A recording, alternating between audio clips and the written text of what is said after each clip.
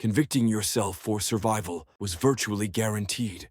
A prison so notorious that its name, the Clink, would forever be linked with torture, terror, and endless hopelessness. For over 4 centuries, the past of Clink Prison was the stain on the conscience of British history, where innocents and criminals were imprisoned, their torments shrouded in the mists of time. But why did this location become man's definition of misery? How did a prison like the Clink get its reputation, and how does its very name continue to entrap us today? The Clink prison was not just a prison, it was a monastic and church order punishment to quiet disloyalty, a punishment that brought torture and death to dozens. Come with me, and we'll expose the blood-stained history of Clink prison, its inmates confined within, and its enduring legacy to humanity. It's a tale of conquest, of terror, and of man's agony. Early enough, Clink was a prison in the local parlance. It began life as part of the Winchester bishop's residence, a large house and chapel complex in the 12th century.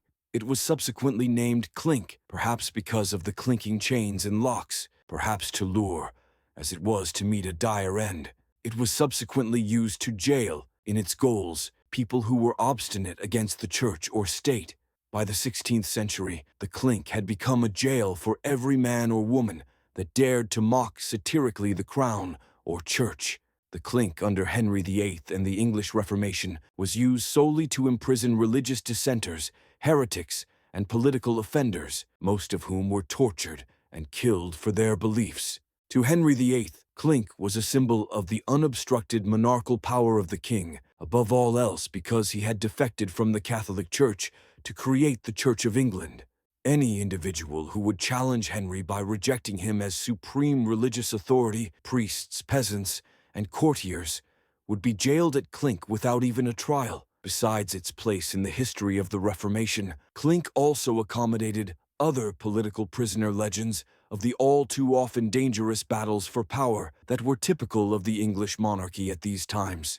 Clink Prison became a place where those who dared defy the crown or the church faced unimaginable suffering. Torture, starvation, and harsh conditions were just the beginning. It wasn't just criminals who were locked away in Clink. Political and religious figures who opposed Henry VIII's break from the Catholic Church found themselves imprisoned here, often without any kind of trial. Among the most tragic stories of Clink is that of Sir Thomas More, a learned lawyer and former Lord Chancellor who would not budge to signing on to establishing Henry as supreme head of the English Church. Refusal to sign the oath of supremacy equated to imprisonment at Clink.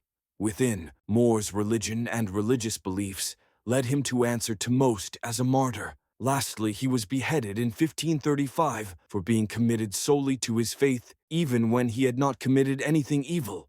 But politically powerful men were not the only ones victimized at Clink. Innocent men and women languished there for not surviving the king's religious decrees, for following other religions, or even for a whim. The risk of actually being imprisoned, tortured, or killed was a toss of the dice one took when one was crazier than crazy to go up against Henry's fiat. It wasn't merely that it housed prisoners that made Clink feared.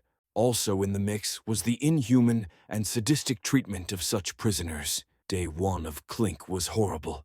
The cells were small and dirty, typically damp, with little light and air conditioning. The prisoners were shackled into chains, and most lay on cold stone floors with little food and water. Worst of all, it was the prison where inmates were mercilessly tortured within.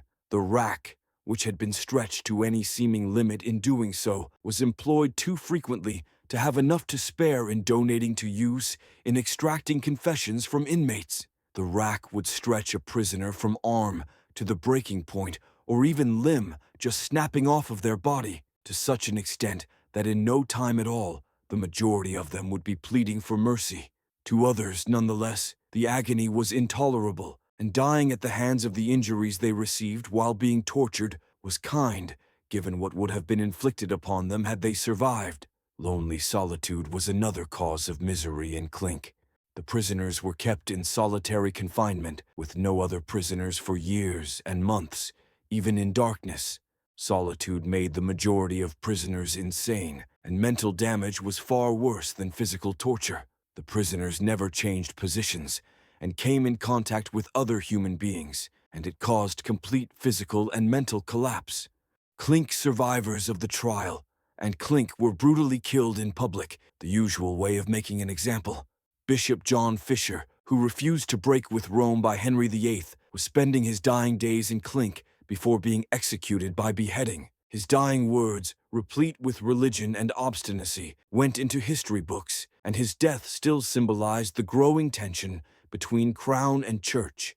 History of the Clink prison is a history of suffering, but of the unseemly byproduct of untrammeled power. The application of punishment and stifling of critics through the prison increasingly placed pressures on reform, on the prison administration and treatment of inmates.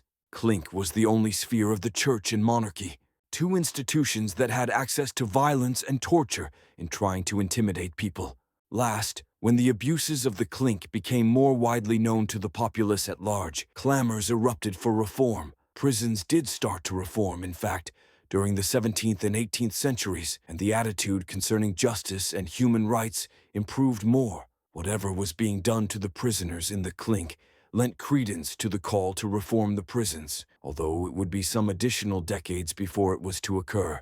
Its highest accolade of the Clink prison was that it acted to show that a person had to fight for their religion and freedom no matter what.